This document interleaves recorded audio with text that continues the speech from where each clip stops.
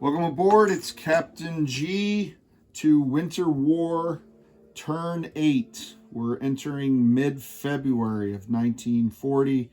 The Soviet clock is running low of sand. Time is passing quickly.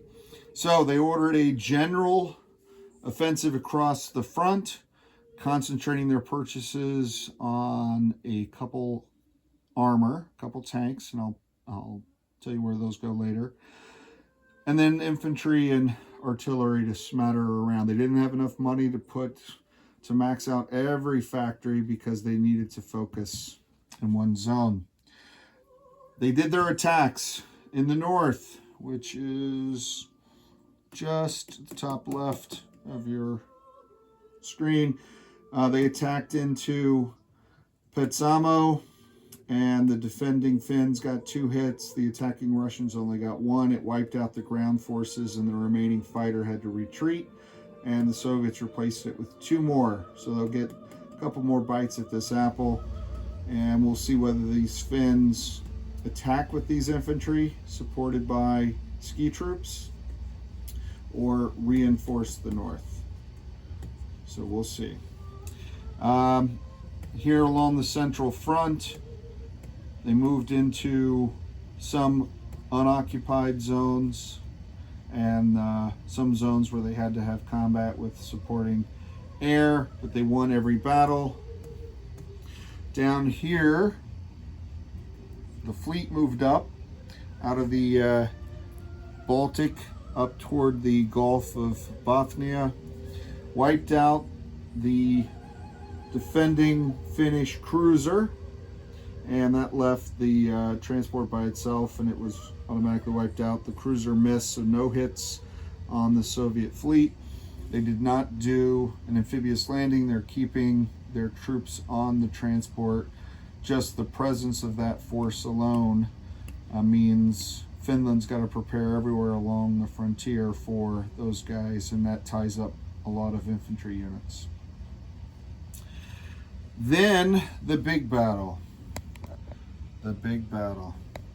Now, this force in Kodnopzhny moved in.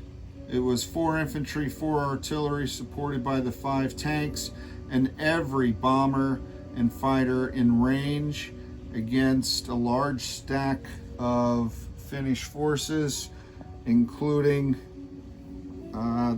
most of the Finnish fighter strength, 4 squadrons of fighters. And it was close, but all of that Finnish air is lost. Significant casualties on this, and this attack was not made across the frontier.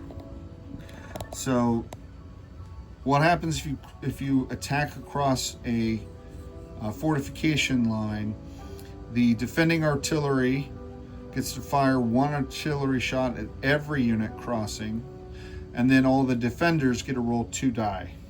It might just be infantry defenders. I've been reading through it, but don't have it memorized. So the defense gets a huge bonus, and it can be extremely costly. So if one single unit from in the attack, they could attack from the north, the south, the east, but if one unit comes from across that frontier into the fortification line, then it's considered that all of them are, and the defender still gets the bonus. So none of those units came up in combat. They all moved up in non-combat to reinforce the one surviving Russian tank, which meant to keep this guy alive, their final round, Russia had to lose 2 fighter squadrons or lose the battle.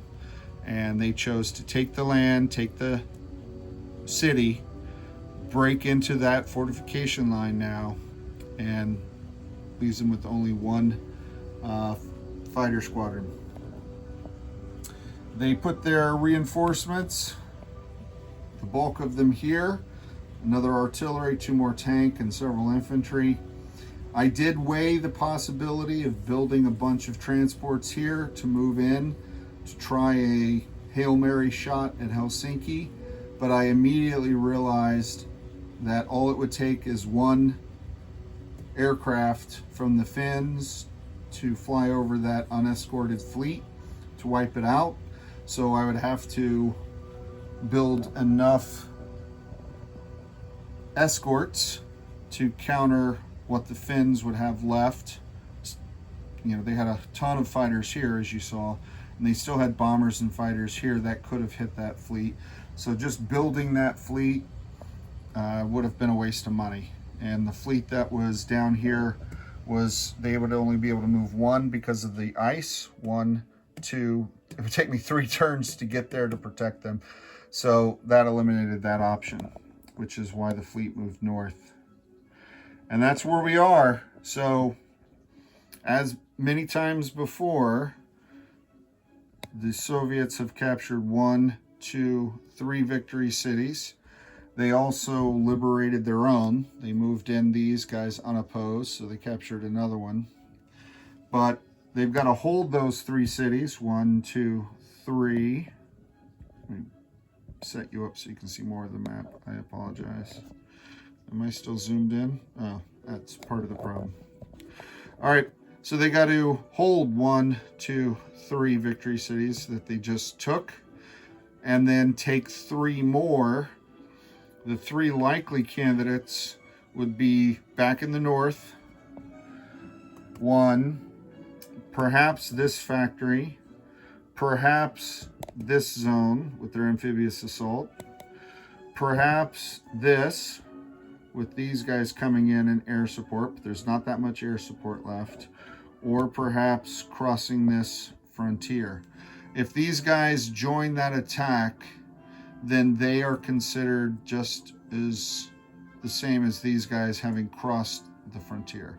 So Russia could try just these guys attacking, see if that works, and if not, then on the next turn cross the frontier. But I don't know which option's better. I'll have to run the numbers, plus I got to see what Finland's going to do, spoiler attacks or counter attacks, to throw off the Russian plan.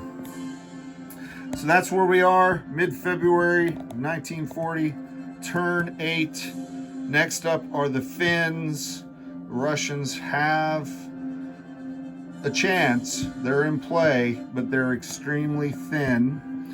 They collected 42 IC.